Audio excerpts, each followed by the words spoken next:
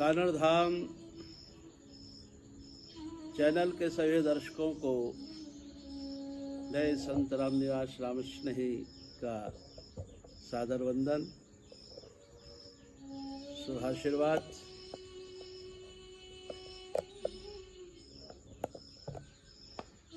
वंदे वंदारु वंदारम वृंदावन विनोदिनम वृंदावन कलानाथम श्री पुरुषोत्तम अद्भुतम। जैसा कि आप सबको पता है कि यह पुरुषोत्तम मास का, अधिक मास का, मलमास का परम सुंदर पावन पर्व चल रहा है, वेला चल रही है और रोजाना हम भगवान श्री पुरुषोत्तम के चरणाबिंदों में श्रद्धा रखने वाले सभी भक्तजन नैमित्तिक रूप से पुरुषोत्तम मास की महिमा को श्रवण करते हैं। मुझे प्रसन्नता है कि भगवान श्री पुरुषोत्तम मास की महिमा का पावन वर्णन करने का अवसर मुझे मिल रहा है और उनके महिमा में आप तक पहुंचाने का प्रयास कर रहा हूं। इसमें किसी प्रकार की कोई शास्त्रीय कोई त्रुटि भी रह जाए तो आप किसी प्रकार का विषय विचार न करें। भगवान का गुणानुवाद किसी भी तरह से गाया जाता है। बीज होता है, अगर हम उसे खेत के अंदर डालते हैं तो वह उल्टा गिरे चाहे सीधा गिरे, लेकिन वो उग जाया करता है। यह आप सब अच्छी तरह से जानते हैं। धरती बायो निपजसी ऊंधो सूंधो बीज। धरती में डाला हुआ बीज चाहे उल्टा गिरे चाहे सुलटा गिरे, वह तो उपज जाता है। और चारों तरफ जिस तरह से ये हरियाली आप देख रहे हैं, इसी तरह की हरियाली चारों तरफ फैलती है, आच्छादित होती है और सबके हृदय को खुश करती है, प्रसन्न करती है। अस्तु, तो सज्जनों, आज आप सभी दर्शकों को मैं पुरुषोत्तम मास के महिमा के अंतर्गत 16वें अध्याय श्रवण कराने के बाद 17वें अध्याय का पावन प्रसंग आपको श्रवण करा रहा हूं। आप सब मेरे भगवान श्री पुरुषोत्तम की मंगलमय दिव्य झांकी को हृदयंगम करते हुए प्रेम पूर्वक श्रवण करने का पुरुषार्थ करें। यह श्रवण भक्ति है और श्रवण भक्ति को आत्मसात करने की कोशिश आप अवश्य करें। सज्जनों, 16वें अध्याय और उससे पूर्व भी आज सबने श्रवण किया है कि इन अध्याय में परम महामना दृढ़ धनवा और वाल्मीकि मुनि का परम सुंदर संवाद चल रहा है और उसी के अंतर्गत वाल्मीकि मुनि ने राजा दृढ़ धनवा के पूर्व जन्म की चर्चा श्रवण करवाई है। और इस जन्म में सब कुछ उसके पास में है, लेकिन जो है उसके पास में पुत्र नहीं है। पुत्र की कामना के लिए उसने प्रयास किया है, भगवत कृपा से उसको पुत्र भी प्राप्त हो गया है।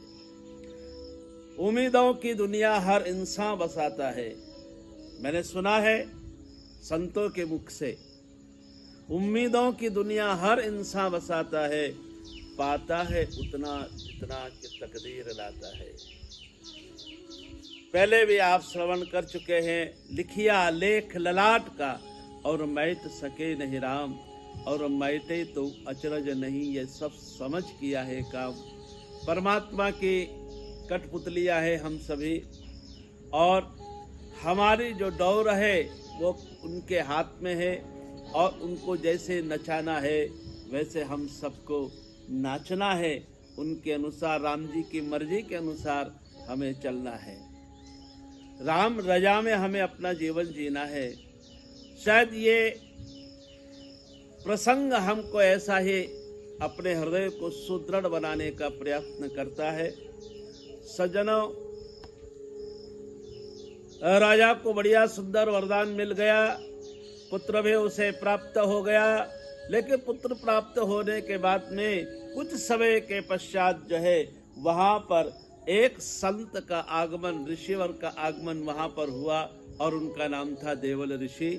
और देवल ऋषि के चरणों में जब उस भक्त ने, उस बच्चे ने जो है प्रणाम किया, नमस्कार किया, वैसे संत चरण में बहुत आनंद है। उनको नमस्कार करने से, प्रणाम करने से स्वाभाविक है प्राणी के जीवन में आयु और विद्या, यश और बल उसको प्राप्त होते हैं, ऐसा हमारे शास्त्रों का कथन है। लेकिन यहाँ पर संत ने उसको आशीर्वाद दिया, लेकिन एक बात कह दी कि यह जो है 12 वर्ष की उम्र का होते ही यह जल में डूब करके और मृत्यु को प्राप्त हो जाएगा। इस बात का आघात जो है उसे भयंकर लगता है और बड़ा दुखी होता है, यह बड़ा परेशान होता है। पत्नी ने भी उसको समझाया है, जैसे तैसे आश्वस्त होता है। और सज्जनों, धीरे धीरे धीरे धीरे कुछ काल व्यतीत होता है और बड़े आनंद से, बड़े प्रेम से, बड़े स्नेह से, बड़े वात्सल्यते से, ममता के साथ में उस बच्चे का जो है वह संरक्षण करते हैं। और सज्जनों, होनहार होकर के रहती है। जो बताया गया है वह तो गलत हो नहीं सकता। और एक दिन जब वो थोड़े थोड़े उसको भूलने लगे और उसी समय क्या होता है, वो बच्चा, कुछ बच्चे उसके पास में आते हैं, उसके मित्र आते हैं और उसको अपने साथ में लेकर के और वहां से खेल कूद करने के लिए निकल जाते हैं।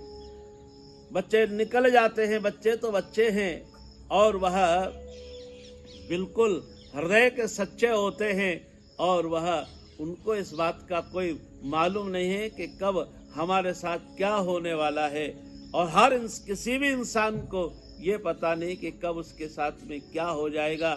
वह बच्चा अपने मित्रों के साथ खेलते हुए कहाँ गया, खेलते हुए जो है एक तालाब के किनारे पर वह चला गया और वहां पर जाकर के और बच्चों की तरह वह भी पानी के अंदर प्रवेश करता है, अर्थात उनके देखे देख वो भी उसमें कूद पड़ता है। और ऐसा कूदा कि उधर से समय समाप्त हुआ और उसका कूदना हुआ और बच्चा जो है वह पानी में डूब करके मृत्यु को प्राप्त हो गया। हाहाकार मच गया और सबने दौड़ करके घर पे जाकर के जब ये सूचना दी तो दोनों ही दंपत्ति, पहले तो घर में वह उसकी माँ थी बच्चे की, जैसे सुना वह भी मूर्छित होकर के धरती पे गिर पड़ती है।